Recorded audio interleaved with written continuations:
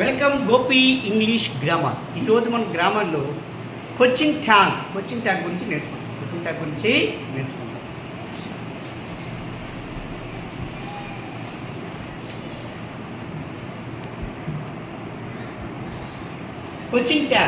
Tag అంటే మన question మన రెండోసారి అడిగినట్టు, ఆశ్చర్యంగా రెండోసారి అడిగేదాన్ని క్వశ్చన్ ట్యాగ్ అంటారు ఇంగ్లీష్లో.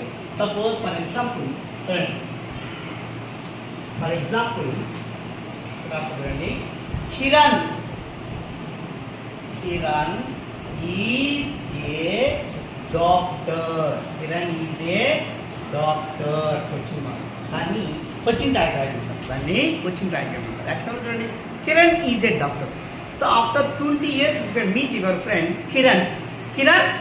What are doing? Kiran is a doctor.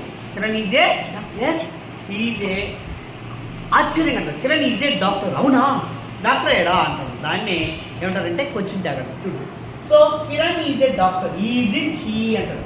ఈజింట్ he అంటే అవునా అని దాన్ని మళ్ళా క్వశ్చన్ వేసి దాన్ని క్వశ్చన్ ట్యాగ్ అని అంటారు. సో క్వశ్చన్ ట్యాగ్ రాస్తే కొన్ని రూల్స్ ఉంటాయి. చూడండి, సరైన బీఫామ్ రాయాలి. నాట్ ఉంటే నాట్ తీసేయాలి. నాట్ లేకపోతే రాయాలి. సరైన బీఫామ్ అంటే తెలుసు కదా. బీఫామ్ అంటే is, am, are, was, were, have, has, had, will, shall, can, would, should, could, may, might. ఇవన్నీ కూడా బీఫామ్స్. ఫస్ట్ సరైన బీఫామ్ రాయాలి. తర్వాత నాట్ ఉంటే తీసేయాలి. నాట్ లేకపోతే రాయాలి. సరైన ప్రొనౌన్ రాయాలి. సరైన ప్రొనౌన్ అంటే సీత అనుకోండి, షీ రాయాలి. కిరణ్ అంటే హీ రాయాలి. ఏదైనా వస్తుంటే ఇట్ రాయాలి. సో వెర్బ్ ఉన్నప్పుడు డూ రాయాలి. వెర్బ్ 2 వచ్చినప్పుడు డిడ్ రాయాలి. వెర్బ్ అంటే ప్రెజెంట్ టెన్స్ వెర్బ్ ఉన్నప్పుడు డూ రాయాలి. పాస్ట్ టెన్స్ వెర్బ్ ఉన్నప్పుడు డిడ్ రాయాలి. వెర్బ్కి ఎస్ కానీ ఈఎస్ కానీ చేస్తే హీ, షీ, ఇట్ వచ్చినప్పుడు వెర్బ్కి ఎస్ కానీ ఈఎస్ చేస్తాయి. సింపుల్ ప్రెజెంట్ టెన్స్లో సింగులర్ అయినా third person singular he, she, it వచ్చినప్పుడు వెర్బ్కి ఎస్ కానీ ఈఎస్ కానీ చేస్తారు. అప్పుడు డస్ రాయాలి.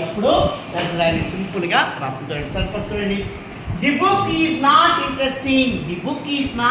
ఇంట్రెస్టింగ్. సో ది బుక్ అంటే సరైన బీఫామ్ ఉంది ఈజ్ రాశారు. సో ఇక్కడ నాట్ ఉంది కదా ఆల్రెడీ, కాబట్టి నాట్ తీసేయాలి. కాబట్టి ఈజ్. ది బుక్ అనేది హీ కాదు, షీ కాదు, ఇట్ అన్నమాట. Is it. The book is not interesting. Is it, అవునా అన్నాడు. Next, Kiran repairs computers.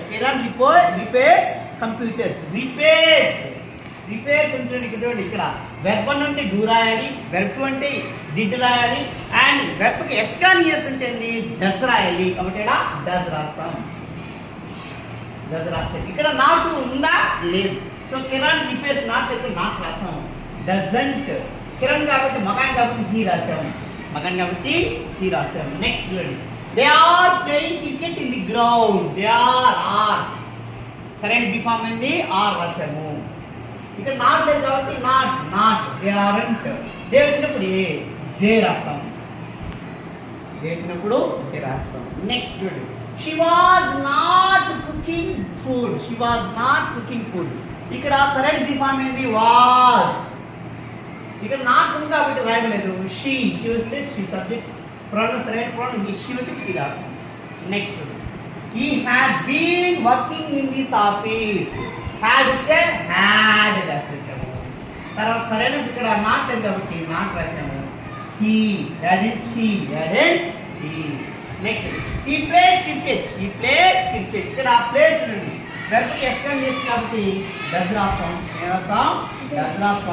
And not రాస్తాము. he doesn't. She ate a mango. Ate అయితే పాస్ట్ టెన్స్ కాబట్టి ఇక్కడ డిడ్ రాసాం. షీ కాబట్టి ఇక్కడ నాట్ లేదు, నాట్ రాసాము. తర్వాత షీ రాసాం. సో ఆ విధంగా సరైన క్వశ్చన్ ట్యాగ్ను ఇంగ్లీష్లో రాస్తారు. Like, share my YouTube channel.